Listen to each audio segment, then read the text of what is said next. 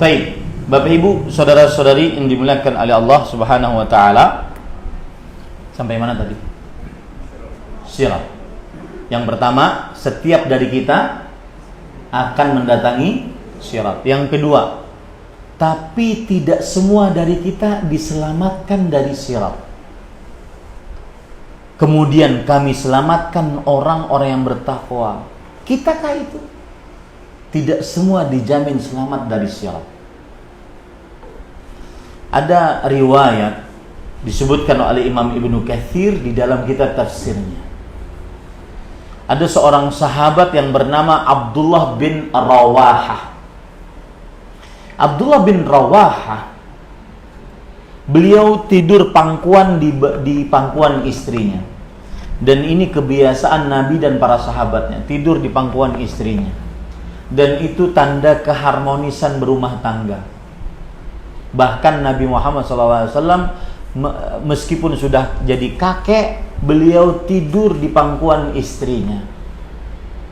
Makanya kalau para nenek-nenek, kakek-kakek mau tidur di pangkuanmu, jangan geli. Ya, itu bukan hanya urusan pengantin baru saja, enggak. Itu pengantin lama juga seperti itu. Abdullah bin Rawahah tidur di atas pangkuan istrinya. Kemudian Abdullah bin Rawahah menangis. Sang istri melihat suaminya menangis, ikut menangis. Sang suami melihat istrinya menangis, bertanya, "Ma abkaiti?" Apa yang menyebabkan engkau menangis? Kemudian sang istri berkata, "Ra'aituka tabki fa bakaitu." Aku melihat suamiku menangis, aku ikut menangis. Abdullah bin Rawahah bercerita, mengapa beliau menangis? Aku mengingat surat Maryam ayat 71. Ukhbirna anna walidiha. Kita diberitahukan oleh Allah, kita akan mendatangi sirat. Walam nukhbar annana sadiruna anha. Akan tetapi kita belum diberitahukan oleh Allah, bisakah kita selamat di atas sirat? Ini yang membuat aku menangis. Nah, ini Pak, ini poin pertama dan kedua tentang sirat. Yang pertama yaitu semua dari kita akan mendatangi sirat. Yang kedua, tidak semua diselamatkan di atas sirat. Yang ketiga, sirat adalah jembatan yang dibentang oleh Allah, di bawahnya neraka jahanam. Di bawah sirat neraka jahanam. 3, pengetahuan tentang sirat. Yang keempat, pengetahuan tentang sirat. Bagaimana keadaan sirat? 1, keadaan sirat dahdun mazillah. Hadis riwayat Muslim. Becek, menggelincirkan. Sudah basah, menggelincirkan.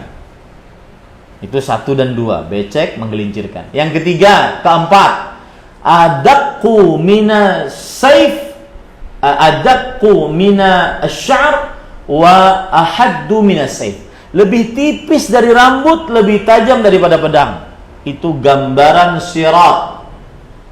Tipis dari rambut, lebih tajam daripada pedang. Makanya orang tua kita dulu mengatakan apa? Nanti di akhirat itu ada jembatan seperti rambut dibelah 7. Itu maksudnya. Meskipun bahasa hadisnya berbunyi adaqqu minasy-sya'ar, lebih tipis dari rambut, lebih tajam daripada pedang. Hadis riwayat Imam Ibnu Hibban. Kemudian yang kelima, sifat sirat adalah fi hafataihi kalalid. Samping-samping sirat ada besi-besi bengkok, pengait. Umirat bi akhdhi man umira bih. Diperintahkan untuk mengait orang-orang yang diperintahkan untuk dikait. Kalau kena kaitannya apa Pak? Jatuhnya kemana? Karena sirat adalah jembatan di atas neraka. 5 sudah. Yang ke-6, yang terakhir. Ini yang paling utama. Sirat gelap. Seseorang akan berjalan sesuai dengan cahaya. Yang menentukan cahayanya apanya, Pak? Kegantengannya, kecantikannya, kekayaannya, kejabatannya, kemasyhurannya? Enggak. Apa? Amal. Rasul sallallahu alaihi wasallam bersabda, "Umdu ala qadri nurikum." Jalan kalian sesuai dengan cahaya kalian, dan cahaya sesuai dengan amal. Ada orang yang diberikan cahaya sebesar pohon kurma, bahkan ada yang lebih besar darinya, dia jalan. Ada orang yang diberikan cahaya lebih kecil daripada pohon kurma. Ada orang yang berjalan cepat seperti kilat, halilintar menyambar, seperti itu. Ada orang yang berjalan di atas sirat seperti naik kuda. Ada orang yang berjalan seperti lari. Ada orang yang berjalan seperti mengalirnya angin. Dan seterusnya. Sampai, perhatikan, akhiru man yu'ta nuruhu mithlu ibhami qadami. Orang yang diberikan cahaya paling terakhir. Tebak-tebakan, Pak. Cahayanya sebesar apa, Pak? Yang pintar bahasa Arab, mithlu ibhami qadami. Seperti nopo? Seperti jempol kaki. Ibham, jempol. Qadami, kaki. Itu pun yudhi'u marratan wa yadfa'u marratan. Kadang hidup, kadang mati. Kadang urip, kadang padam. Urip mati, urip mati. Idza atfa'a qaddama qadama. Idza adha qaddama qadama, wa idza atfa'a qama. Kalau seandainya lagi nyala, padahal sejempol kaki tuh, Pak. Lihat sejempol kaki masing-masing. Kalau seandainya lagi nyala, dia melangkah satu kaki. Mati, diem dia. Sedangkan di samping-sampingnya tadi ada apa, Pak? Besi pengait.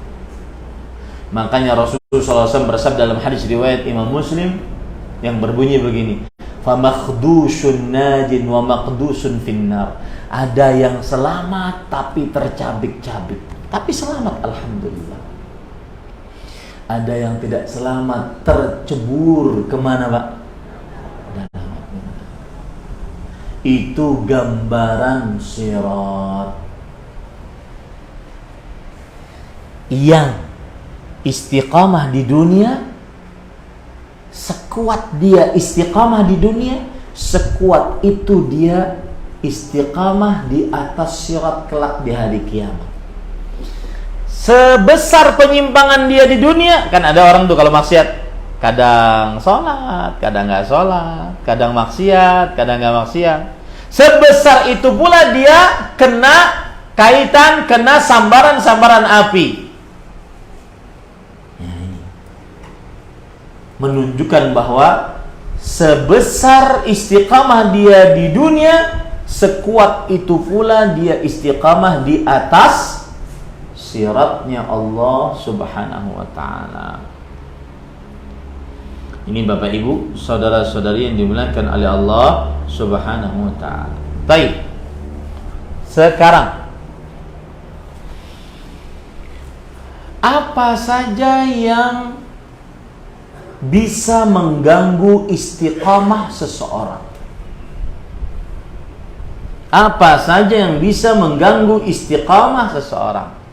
Sebelum saya sebutkan contohnya, Bapak Ibu, saudara-saudari yang dimuliakan oleh Allah Subhanahu wa ta'ala, saya ingin dalam kehidupan sehari-hari kita, habis sholat subuh, di samping kanan handphone, samping kiri handphone, samping kanan mushaf. Yang sering terjadi nopo, Bu? Ngaku, Bu. HP. Apa yang menyebabkan itu bisa terjadi? Kenapa baca Qur'annya tidak istiqamah? Bahkan Kalau memegang HP main media sosial, itu bisa berjam-jam, matanya tegar. Tapi kalau baca Quran, ngantuk. Baru a'udzubillahi minasyaitonir, baru a'udzubillah, ya, sudah kemasukan syaitan. Karena memang dianya yang syaitannya. Nah, apa penyebabnya? Ini yang kita ingin bahas. Penyebab susah istiqamah ada dua yang menghalangi godaan manusia. Yang pertama, godaan syubhat. Yang kedua, godaan syahwat. Godaan syubhat. Apa itu godaan syubhat? Dijelaskan oleh Imam Ibnu Qayyim rahimahullah. Al-fitnatu fitnatan. Godaan itu ada dua macam. Fitnatus syubhat, godaan syubhat. Wahia a'zamul fitnatain. Dan godaan syubhat ini godaan yang paling berbahaya dari dua godaan. Syubhat namanya. Dalam bahasa Indonesia apa? Samar-samar. Dan godaan syubhat ma'aluha ilal kufri wan nifaqi wasyirk. Ujung akibat dari godaan syubhat adalah kekufuran, kesyirikan, kemunafikan akbar. Saya beri contoh, Pak. Di zaman sekarang ada yang meragukan validitas kesucian Al-Quran Al-Karim. Dianggap buku Al-Quran Al-Karim adalah hanya karya sastra orang Arab saja. Di zaman sekarang ada yang meragukan validitas kerasulan Nabi Muhammad sallallahu alaihi wasallam. Kenapa sih semuanya Nabi Muhammad sampai Nabi Muhammad? Ya. Masa perkataannya suci, tidak pernah salah? Kalau bapak ibu tidak pernah ada di dalam hati seperti itu, bersyukurlah. Ada di luar sana manusia-manusia yang kena syubhat. Baca ayat Al-Quran, Qul huwallahu ahad, Allahu samad, lam yalid wa lam yulad wa lam yakul lahu kufuwan ahad. Orang kalau kena syubhat, dia nggak langsung terima. Oh iya, saya beriman Allah itu esa, Allah itu somad, yang dibutuhkan oleh seluruh makhluk. Allah itu tidak dilahirkan, tidak melahirkan. Saya beriman. Itu orang beriman, itu orang ahlu sunnah. Orang yang menyimpang karena syubhat bagaimana? Masa sih Tuhan itu cuma satu? Nah, beda kan cara berpikirnya? Masa sih semua berharap hanya pada Allah, Allah sanggup? Dia meragukan apa yang dia baca. Itu namanya godaan apa Pak? Syubhat. Masa sih khamr haram? Oh, kalau seandainya minuman memabukkan haram, kenapa Allah menciptakan sesuatu yang merupakan inti bahan dasar dari khamr? Paham? Masa sih babi haram? Kalau seandainya babi haram, mengapa Allah Subhanahu wa ta'ala menciptakan babi? Untuk apa kalau begitu? Enggak usah diciptakan aja sekalian. Ini orang kena syubhat. Ini bahaya Pak. Ujungnya nanti nggak sholat, ujungnya bisa murtad, ujungnya bisa mengkufuri Islam, mengkufuri Allah Subhanahu wa ta'ala. Ini paling berbahaya. Hati-hati dari godaan ini. Dan ini Pak, mudah dicari di zaman ini, di zaman media sosial. Orang seenaknya saja, apalagi kita di negara yang bebas berkarya katanya, bebas berpendapat katanya. Ya, orang menghina syariat Islam, merobek-robek Al-Quran, ada tuh, lihat saja di media sosial ada itu. Itu kena syubhat, meragukan kevaliditasan, kebagusan syariat Islam, itu kena syubhat.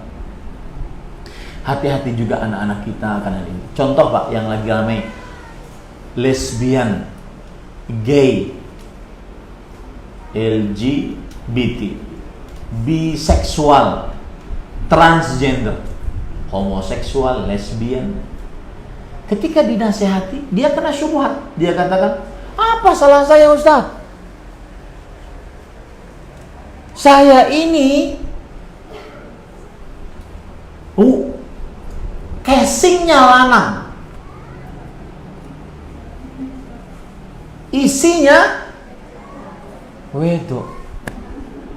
Salah saya apa? Yang menciptakan kan Allah. Salah saya apa? Lihat, ini syubhat.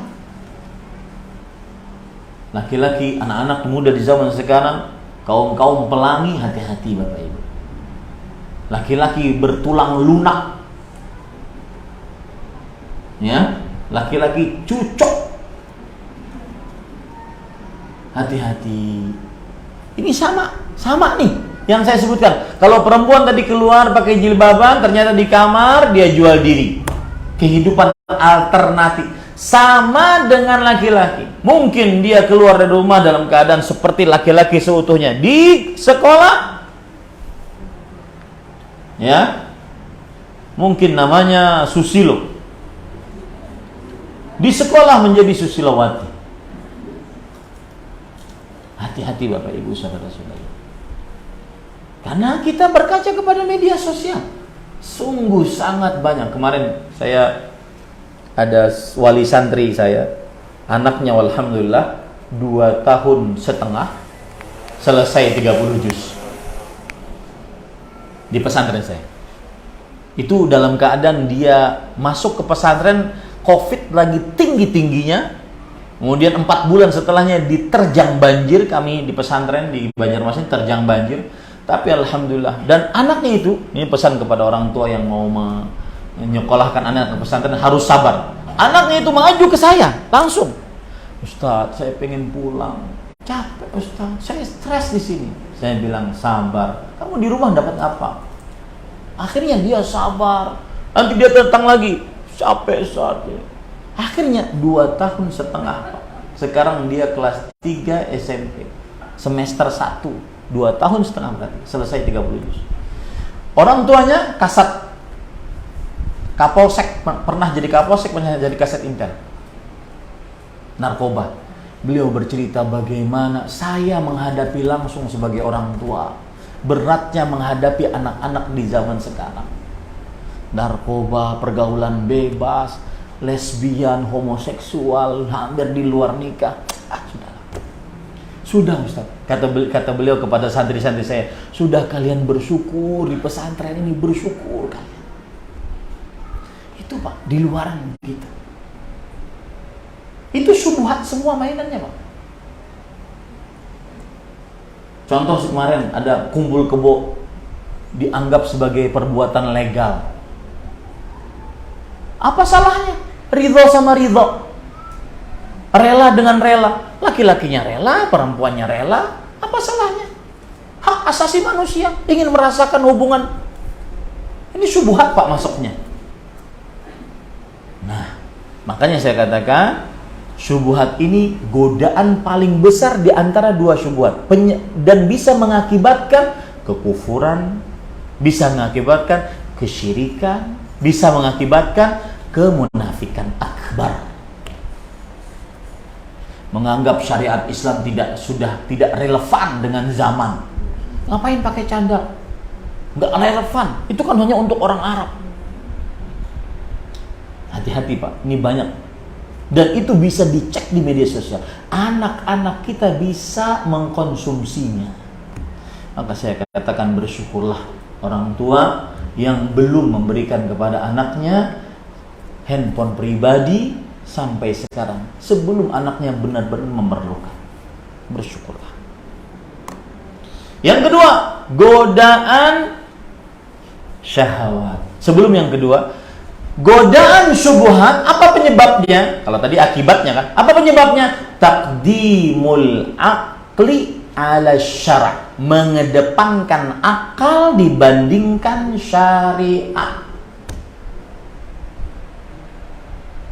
mengedepankan akal dibandingkan syariat.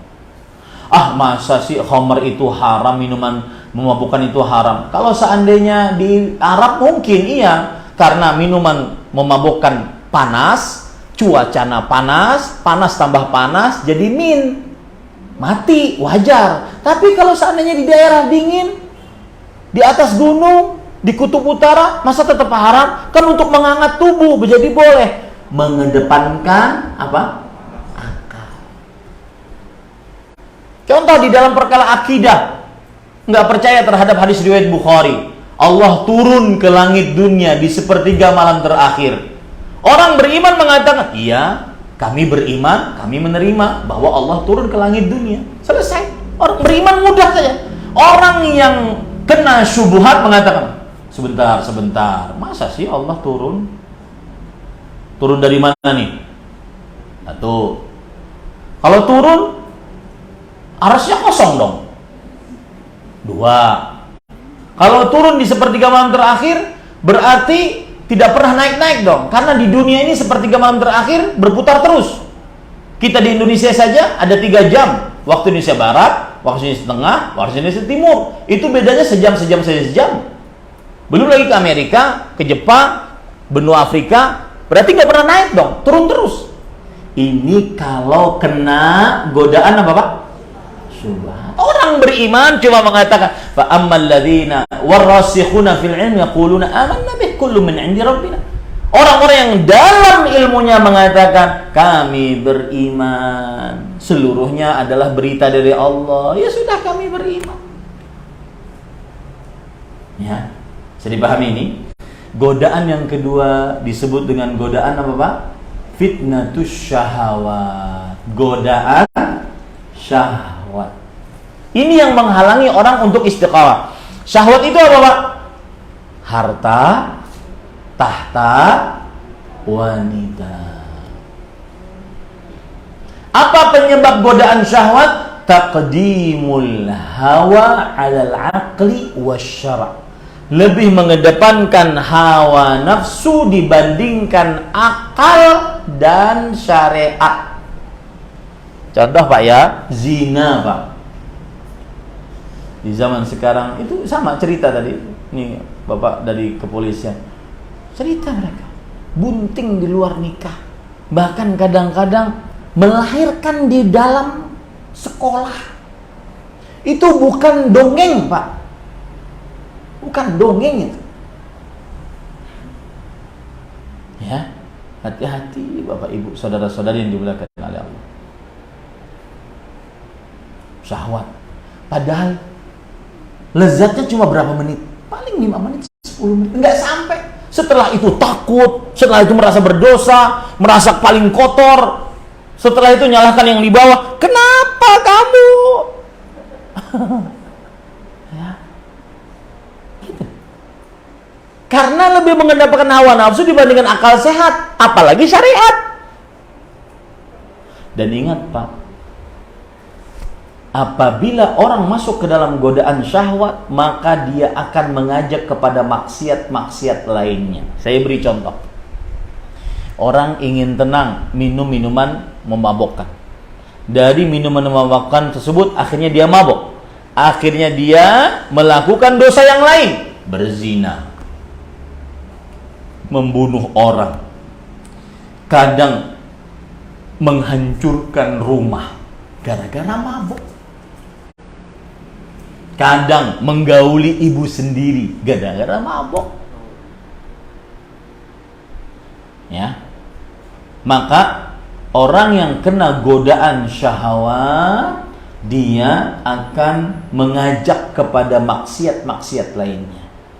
Sebagaimana perkataan Saddad ibn Aus radhiyallahu anhu, Rasul sallallahu alaihi wasallam bersabda,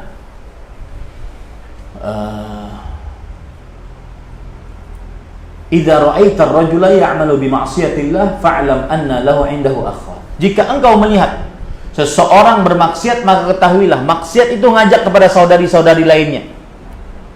Yang berjudi, pasti dalam perjudian ada perkelahian. Pasti. Karena itu ayat Al-Qur'an. Pasti dalam perjudian ada melalaikan sholat, karena itu disebutkan dalam Al-Quran. Pasti dalam perjudian ada melalaikan zikir. Minum khamr juga begitu, melalaikan sholat. Ya, nggak mungkin orang lagi mabok baca Quran, nggak mungkin. Itu disebutkan dalam Al-Quran. Nah, ini Bapak Ibu, saudara-saudari, hati-hati. Itulah hal-hal yang membuat seseorang sulit untuk beristiqamah, yaitu ada dua godaan. Godaan apa tadi Pak? Yang pertama syubhat, yang kedua syahwat. Apa itu godaan syubhat? Hal yang samar dalam agama. Apa penyebab godaan syubhat? Mengedepankan apa? Akal daripada syariat. Ya. Apa akibat godaan syubhat? Kesyirikan, kekufuran, kemunafikan akbar. Seperti Pak, kita ini kan tinggal di negara Indonesia, Bhinneka Tunggal Ika, semua agama sama baiknya. Yang penting kan orangnya. Betul nggak Pak? Enggak. Bertentangan dengan ayat Al-Quran. Inna dina indallahil Islam. Kalau ada orang Islam mengatakan, ketika dia ditanya, bagaimana menurut kamu agama lain? Kata dia, semua agamanya sih sama, jalannya aja yang beda. Ini belum Islam Pak. Bahkan kalau dia Muslim, dia keluar dari agama Islam dengan ucapan itu. Tidak boleh mengatakan semua agama sama. Yang boleh dikatakan adalah inna dina indallahil, sesungguhnya agama yang paling diridhai oleh Allah adalah agama Islam. Baik.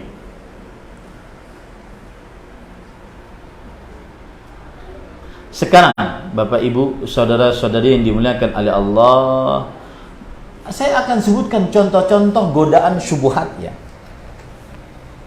Contoh misalkan godaan syubhat yang merusak keyakinan di samping yang sudah saya contohkan tadi.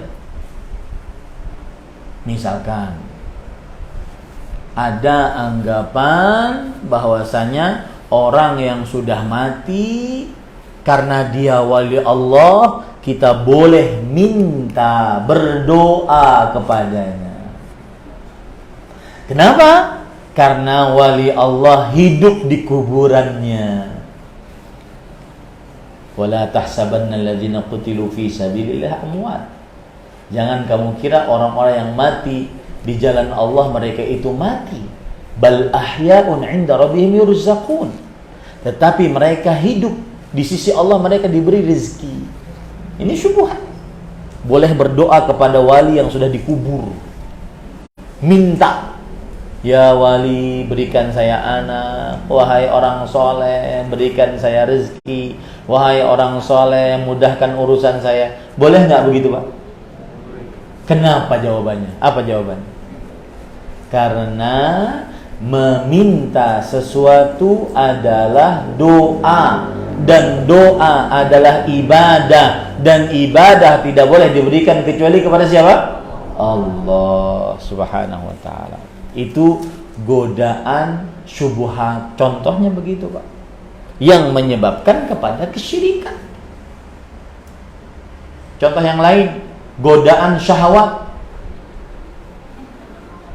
Ya, seperti yang terjadi pada sebagian orang yang kecanduan film porno, kecanduan nonton wanita-wanita yang joget diharamkan untuk ditonton. Godaan syubhat, godaan syahwat. Di antaranya juga godaan syahwat menghalalkan segala cara untuk mendapatkan uang. Seperti yang subuh tadi saya katakan di majelis, sebagian orang itu Pak berpendapat gini, yang ku cekel ini yang halal, yang belum ku cekel haram. Apapun caranya mencekelnya, maka bukan urusan. Yang penting kalau sudah saya pegang halal. Itu prinsip sebagian orang nyari uang. Ini berarti kena godaan syubhat atau syahwat Pak? Hah? Syahwat. Karena syahwat berkaitan dengan harta, tahta, wanita. Ini Bapak Ibu, saudara-saudari yang dimuliakan oleh Allah Subhanahu wa taala. Terakhir, sebelum kita masuk kepada sesi pertanyaan. Zuhur jam berapa? 11 berapa? 11? 40. Taib, masih ada waktu. Saya 5 menit saja minta waktu sehingga jam 11.15 kita baru pertanyaan, 15 menit 11.15 kita baru pertanyaan. 15 menit pertanyaan, baru sampai situ kita sholat zuhur. Apa kiat agar dipermudah istiqomah dengan ujian yang begitu macam tadi, Ustaz? Apa kiatnya? Yang pertama dan paling utama adalah doa. Tidak akan mudah, tidak akan bisa seseorang istiqamah tanpa berdoa. Sebagian orang, Pak, kalau berdoa itu hanya mintanya permintaan dunia. Ya Allah, paringi rezeki. Ya Allah, paringi kemudahan untuk anak kulo. Ya Allah, paringi kesehatan. Minta gitu aja. Lupa dia satu yang harus diminta. Ya Allah, paringi kemudahan untuk beribadah, menjauhi maksiat. Lupa itu. Contoh tadi kasus habis subuh, di samping kanan mushaf, samping kiri handphone. Kok yang dicekel HP? Giliran pengajian seperti alim paling alim. Hah? Padahal di rumah nggak pernah sholat malam, di rumah nggak pernah baca Quran, di rumah nggak pernah berzikir, di rumah nggak pernah doa. Maka Bapak Ibu saudara-saudari yang dimuliakan oleh Allah Subhanahu wa taala, banyaki berdoa. Doa untuk apa? Makanya kan lihat wasiat Rasulullah kepada Mu'adz, orang yang paling beliau cintai. Dan Bapak Ibu jika ingin dicintai oleh Rasulullah SAW, amalkan wasiat beliau. Ya Mu'adz, wallahi inni la uhibbuk. Wahai Mu'adz, demi Allah aku sangat mencintaimu.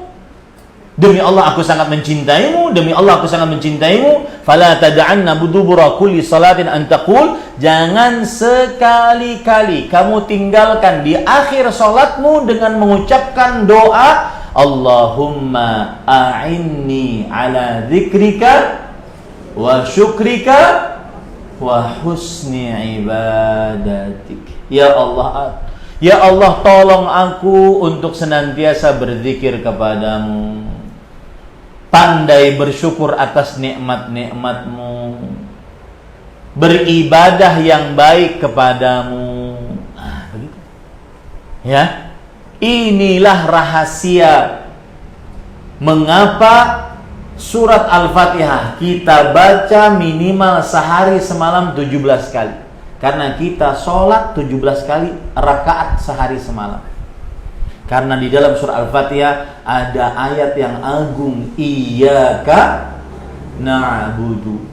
Hanya kepadamu kami beribadah, tapi ya Allah, ibadah ini kami gak bisa kerjakan kecuali dengan Iyyaka nasta'in. Hanya kepadamu kami minta pertolongan. Itu kiat yang pertama, yaitu berdoa. Kiat yang kedua, harus usaha untuk istiqamah. Contoh Bapak Ibu, sabar. Dia orangnya sering marah-marah. Maka kata Rasulullah SAW, innamal hilmu bittahallum. Sesungguhnya sabar itu dengan berusaha sabar.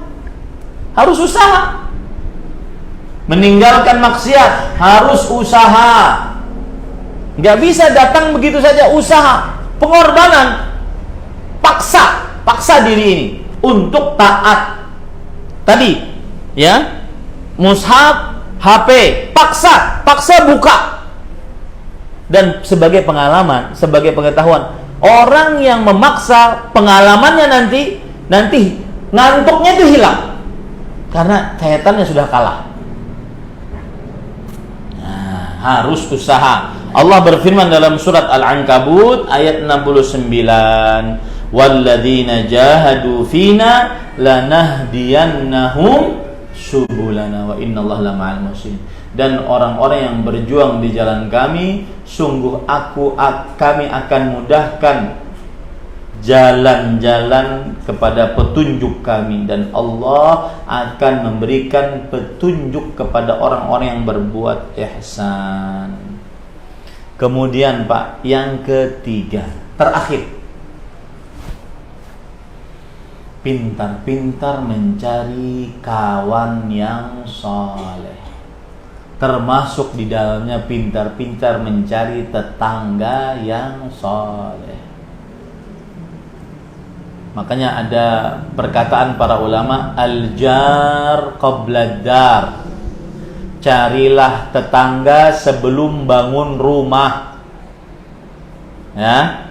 Carilah tetangga sebelum bangun rumah. Ini juga sama ketika kita datang ke pengajian. Wah, kita lihat dulu nih pengajian, gimana orangnya yang hadir di pengajian. Bisa ngajak saya ingat Allah enggak? Ingat akhirat enggak? Atau malah saya lebih condong nanti kepada berfoya-foya.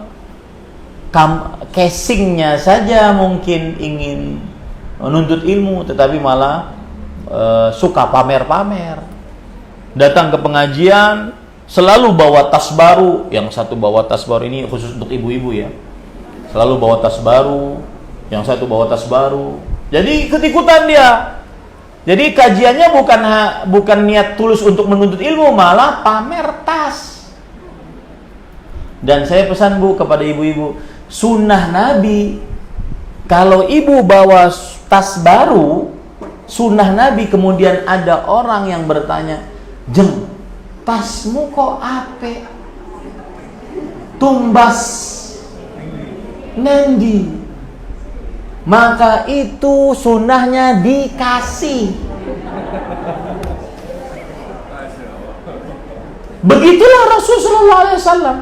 Suatu ketika beliau memakai surban yang baru sekali beliau pakai. Itu dikasih hadiah oleh seorang perempuan yang menunun khusus untuk Rasulullah SAW. Dipakai agar Rasulullah SAW kalau bertemu dengan pembesar-pembesar, ada surban yang bagus yang beliau pakai. Sahabat ada yang bertanya, "Ya Rasulullah, ma ahsana thiyabak." Wahai Rasulullah, surbanmu kok apik tenan.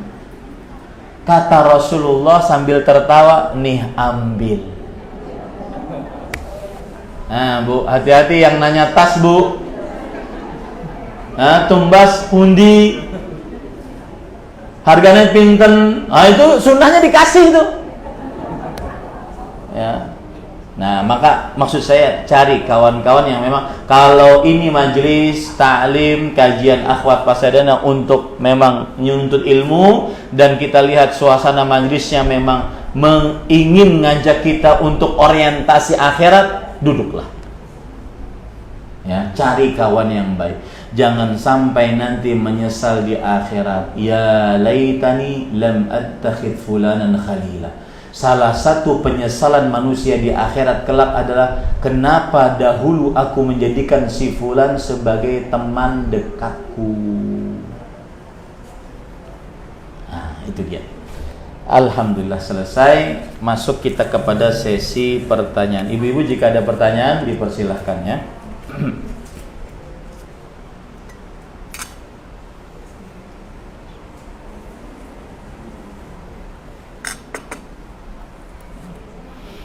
Nah, bagaimana solusi dalam mengendalikan sifat-sifat buruk hajat kita dalam kehidupan sehari-hari agar kita bisa tetap istiqamah di atas sunnah dan salaf? Jawabannya adalah salah satunya banyak berdoa tadi. kan ada ayat Al-Quran, ada doa Rasul sallallahu alaihi wasallam yang berbunyi Allahumma hdini wasaddidni. Doanya cuma 2 kata, Allahumma hdini wasaddidni. Ya Allah, beri aku petunjuk dan selalu bimbing aku dalam kebenaran. Itu satu doa agar kita sifat-sifat buruknya diberikan oleh Allah petunjuk untuk hilang. Kalau Rasulullah SAW kan enak. Apa yang terjadi pada Rasulullah sehingga tidak punya sifat buruk? Apa? Ketika dari kecil sampai dewasa datang Jibril, kalau tidak salah sampai 2 kali, bahkan mungkin 3 kali. Apa yang Jibril lakukan? Dibelah dadanya. Habis itu dikeluarkan apa? Kolbunya. Kolbu di sini bukan liver ya, bukan hati. Kolbunya. Kemudian dipisahkan. Kata Jibril alaihissalam ada bagian yang hitam dipisahkan. Kata Jibril kepada Nabi Muhammad SAW, "Hadza hadzus syaitani min." Ini bagian setan darimu, dibuang. Kemudian kolbu tadi dibasuh dengan air zam-zam pada bejana yang terbuat dari emas. Lalu dimasukkan lagi kolbunya, lalu dijahit lagi. Anas bin Malik radhiyallahu anhu bercerita, "Ra'aitu athara dzalikal mikhyat ala sadri." Aku melihat bekas dari jahitan tersebut pada dada Nabi Muhammad SAW. Kalau Nabi enak dijaga oleh Allah. Nah, kita bagaimana? Kita minta jaga oleh Allah. Dengan cara apa tadi, Pak? Berdoa. Doanya mudah tadi. Allahumma hdini wasaddidni. Allahumma inni as'alukal huda wat tuqa wal afaf wal ghina. Ya Allah, aku mohon kepada Engkau petunjuk. Kemudian sifat kesucian, kemudian ketakwaan, dan kemudian kekayaan hati. Nah, itu beberapa kiat agar seseorang mudah hilang sifat buruk darinya. Bagaimana menjadi imam rumah tangga supaya bisa istiqamah di jalan Allah dengan ujian istri dan anak-anak? Ini sepertinya curhat suami. Jawabannya, Bapak Ibu, saudara-saudari, perhatikan baik-baik. Tidak ada kiat yang paling utama menjadikan sebuah keluarga sakinah, mawaddah dan rahmah dibandingkan ilmu agama.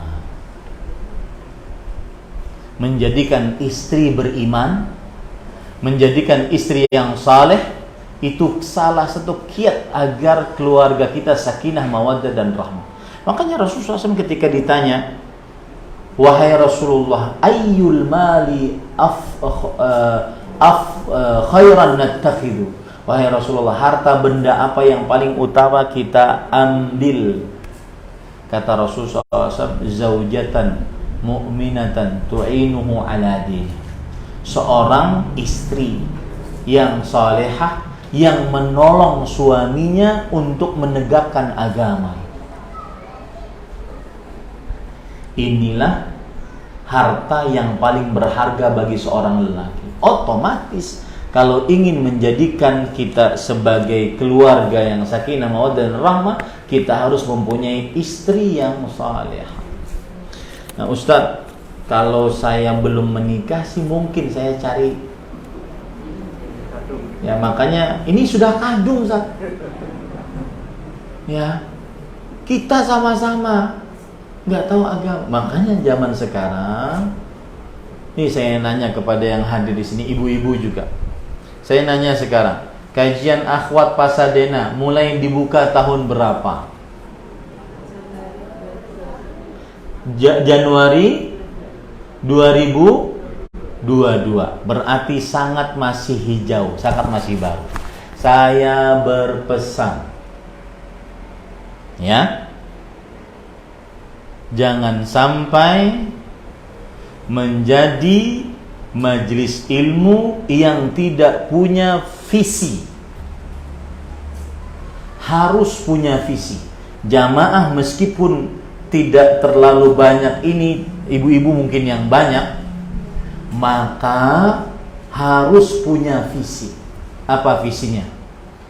Saya sering, dan mudah-mudahan suatu saat ada kemudahan untuk menulis buku ya. Saya punya beberapa buku yang sudah dicetak, tapi saya tidak mau jualan. Jadi buku saya sebar di internet. Ada yang mau cetak silahkan. Di antaranya beginilah pakaian wanita muslimah, di antaranya untukmu yang masih meninggalkan sholat, di antaranya pasti dapat Lailatul Qadar, di antaranya keutamaan kota Madinah, tata cara berumroh, ringkasan sifat sholat, wudhu, dan seterusnya. Banyak lah. Tapi saya nggak pernah mau jual karena rezeki Allah datang dari mana. Saya tidak perlu harus jualan buku seperti itu. Tapi kalau ada ustadz yang mau jualan bukunya, itu hak mereka. Yang jelas begini, mudah-mudahan dimudahkan nanti membuat buku judulnya Tata Cara Belajar Orang Yang Baru Ingin Istiqamah.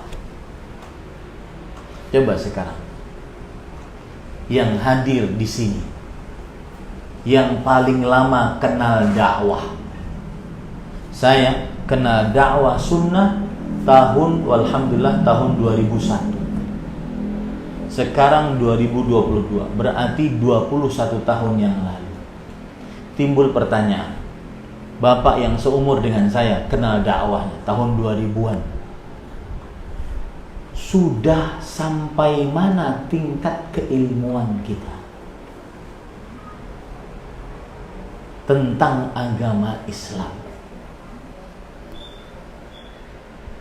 Sudah mumpunikah? Sudah berapa banyak kitab yang sudah kita selesaikan? Kenapa sudah lama Ustadz buka majelis taklim, tapi kok kayaknya ilmunya nggak nyantol-nyantol? Salah satu jawabannya karena salah metode dalam belajar. Saya sering mengatakan ada dua cara belajar. Yang pertama seperti anak-anak di pesantren, yang memang mereka diproyeksikan untuk menjadi penuntut ilmu, mahasiswa, ustadz, pengajar, guru, pendakwah seperti sekarang ini. Maka cara belajarnya seperti cara belajar para ulama. Akidah misalkan, dimulai yang paling dasar seperti usulus salatah, 3 landasan pokok ajaran Islam. Selesai, naik al-qawaidul arba, 4 kaidah memahami tauhid dan syirik. Selesai, naik kitab tauhid, buku yang menyebutkan tentang macam-macam jenis kesyirikan. Naik kasyfus syubuhat, naik kepada nawaqidul Islam, pembatal-pembatal keislaman. Naik kepada akidah wasitiyah, akidah tentang asma wa sifat. Naik kepada akidah tadmuriyah, tahawiyah. Naik tadmuriyah, naik kepada safariniyah, dan terus seperti. Baru setelah itu melebar ke sana kemari tentang akidah. Itu baru urusan akidah. Satu disiplin ilmu, belum yang lain-lain. Belum fikih, belum tafsir, belum hadis. Itu kalau memang jadi ustadz, pengajar, mahasiswa. Adapun yang kita kenal, yang kita sekarang ini kenal dakwah umur 40-an, ya toh? Umur 30-an. Kalau pulang ke rumah nggak ingin jadi ustadz ustazah, tapi hanya sebatas ingin pulang ke rumah sebagai suami, sebagai bapak rumah tangga, sebagai istri, sebagai ibu rumah tangga, agar bisa mendidik anak lebih baik. Maka cara belajarnya beda. Saya sebutkan ya, agar mumpuni. Dan itu menjawab pertanyaan tadi. Di antaranya yang patut diperhatikan, belajar tentang rukun Islam, rukun iman, beserta dalil-dalilnya secara sistematis. Dan ustadznya tidak perlu datang dari Banjarmasin. Ustadznya nek Semarang mawon. Ya, dari sini saja. Lulusan pesantren. Ustadznya nggak usah yang ustadz mewah. Saya sebutnya, istilah saya pribadi, ustadz mewah-mewah nggak usah. Ustadz yang followersnya jutaan, terkenal di YouTube, kalau datang harus punya pengawal, ada tim, nggak usah. Tapi belajarlah rukun Islam, rukun iman. Contoh, saya ambil contoh rukun Islam. Rukun Islam yang pertama, ini contoh belajar secara sistematis ya. Rukun Islam yang pertama 2 kalimat syahadat. Apa yang dipelajari di rukun syahadat? Yang pertama, makna yang benar dari 2 kalimat syahadat. Kedua, syarat-syarat 2 kalimat syahadat. 3, rukun-rukun 2 kalimat syahadat. 4, konsekuensi 2 kalimat syahadat. 5, pembatal 2 kalimat syahadat. Itu saja 5. Kalau kita pelajari beserta dalil-dalilnya secara sistematis, ilmu kita mumpuni. Jadilah kita pribadi muslim yang kokoh.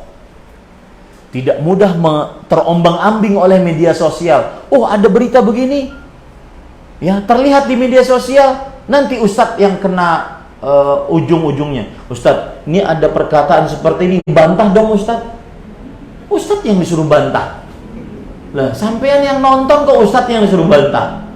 Kenapa? Karena tidak mempunyai dasar ilmu. Baik. 2 kalimat syahadat selesai. Sholat. Kalau sudah berbicara sholat, maka berbicara tentang syarat sahnya sholat. Syarat sahnya sholat dari wudu, mandi, tayamum. Dipelajari itu dengan praktek-prakteknya, dengan dalil-dalilnya. Semua dari kita. Bahkan saya sering mengatakan yang diluaskan rezekinya, gak usah bikin yang begini. Panggil seorang ustadz, ustadz ajari kami ustadz, setiap Kamis sore 1 pekan sekali setengah jam aja, kumpulin saya, istri, kemudian anak-anak, cukup. Itu baru keluarga hebat nanti. Keluarnya ya, lihat saja yang seperti itu. Terutama anak-anak yang belum sampai ke pesantren umurnya, ataupun anak-anak yang kita baru kenal dakwah, mereka sudah tua, mereka sudah berumur. Karena Pak, banyak keluhan. Saat kami ini mengenal dakwah umur 30-an, 40-an, anak kami sampai sekarang belum berjilbab. Ada nggak yang seperti itu Bapak Ibu? Ada. Bagaimana cara mengurusnya begitu? Tadi belajar rukun Islam, rukun iman. Dengan sistematis. Coba buktikan perkataan saya ini, insya Allah akan menghasilkan keluarga yang mumpuni keislamannya. Dan lakukan itu di majlis-majlis ta'lim, baik itu di Miftahul Jannah, kajian Akhwat Pasadena, KAP, silahkan lakukan itu, insya Allah bermanfaat. Ya, ini penting untuk yang dipelajari. Bagaimana menghadapi tetangga atau teman yang hasad kepada kita atau keluarga kita? Maka jawabannya adalah ini pertanyaan agak aneh. Kenapa agak aneh? Hasad itu amalan hati. Tahu dari mana teman kita hasad? Hah? Dari wajah. Itu berarti masih menerka. Koyo hasad iki. Koyo nggak bisa karena dia perkara hati, Bu. Ya, nggak bisa. Maka lebih baik kita berhusnudzon. Seperti itu, wallahu a'lam. Apabila di masjid jamaah sholat wajib tidak tepat waktu, asar jam 15, tapi sholat jamaahnya jam 16.30 atau sampai jam 17, bagaimana yang saya lakukan sholat di rumah di masjid? Jawabannya adalah, kalau seandainya disepakati di sebuah kampung seperti itu, maka mendahulukan berjamaah lebih utama dibandingkan sholat sendirian. Ya, tetapi untuk sholat asar tidak layak diakhirkan. Yang layak diakhirkan sholat apa? Isya. Wallahu a'lam. Bagaimana dengan orang yang berpikir bahwa Allah akan mengampuni hamba meskipun hambanya tersebut mengulangi terus perbuatan maksiat, asalkan setelah bermaksiat meminta ampun? Ini sahih. Cuma ini hadis tadi, maksiat, taubat, diampuni oleh Allah. Maksiat lagi, taubat, diampuni oleh Allah. Maksiat lagi, taubat, sampai mati. Kalau dia lakukan seperti itu, Allah tetap akan mengampuni. Sampai di akhir hadis disebutkan, hadis Abu Hurairah, i'mal ma syi'ta faqad ghafartu lak. Sudah, berbuatlah sesukamu, aku pasti mengampuni. Maksudnya apa? Bukan berarti seenak kita aja kemudian meremehkan maksiat, enggak. Maksudnya, selama orang itu berbuat maksiat dan selama itu dia bertobat, Allah pasti mengampuni. Ingat ya, hadisnya bukan untuk meremehkan maksiat, tetapi hadisnya menunjukkan luasnya rahmat Allah. Ya. Tentang hadis An-Nawas bin Sam'an tadi, ada seorang juga dari atas pintu. Siapa yang menyeru dari atas pintu? Itu adalah Rasul Al-Quranul Karim, Rasulullah yang membawa Al-Quranul Karim. Wallahu a'lam. Ada yang berpendapat bahwa zaman Rasul SAW belum banyak musik yang beragam sehingga Rasul mencontohkan sholawat tanpa musik. Sedangkan zaman sekarang seiring dengan berjalannya waktu, musik beraneka ragam. Ada yang menganggap musik Islami sehingga sah-sah saja jika bersalawat diiringi musik. Mohon nasihatnya. Maka jawabannya adalah, yang jelas di zaman Rasul ada musik atau tidak? Ada. Tetapi beliau bersalawat pakai musik atau tidak? Tidak. Menunjukkan bahwa hal tersebut belum disyariatkan dalam syariat Islam. Karena sampai mati beliau tidak pernah mencontohkan bersalawat dengan dangdutan sambil bawa bendera lagi. Dan di mana rasa khusyuknya seperti itu? Allah berfirman, "Ud'u rabbakum tadarruan wa khufyah." Berdoalah kalian kepada Rabb kalian dengan penuh ketundukan dan rahasia. Bukan sallu alaihi, sallu alaihi. Kita tidak mencela yang seperti itu, tapi menasehati. Belum ada contohnya dari Rasul sallallahu alaihi wasallam.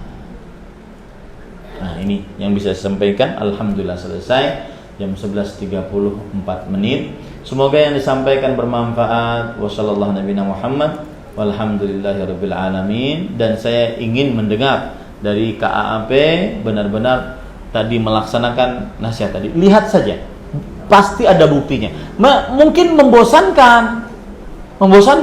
Mungkin jamaahnya akan berkurang, tapi yang tetap itulah yang akan nanti menghadirkan keluarga-keluarga yang mumpuni ilmunya. Saya pernah ngobrol dengan Al-Ustadz Al-Fadhil Abdul Hakim bin Amir Abdad hafizahullah. Beliau menyebutkan 3 cara menuntut ilmu bagi orang yang umum. Umum itu maksudnya bukan yang ingin jadi penuntut ilmu, mahasiswa, ustadz dan semisalnya ya, tapi umum.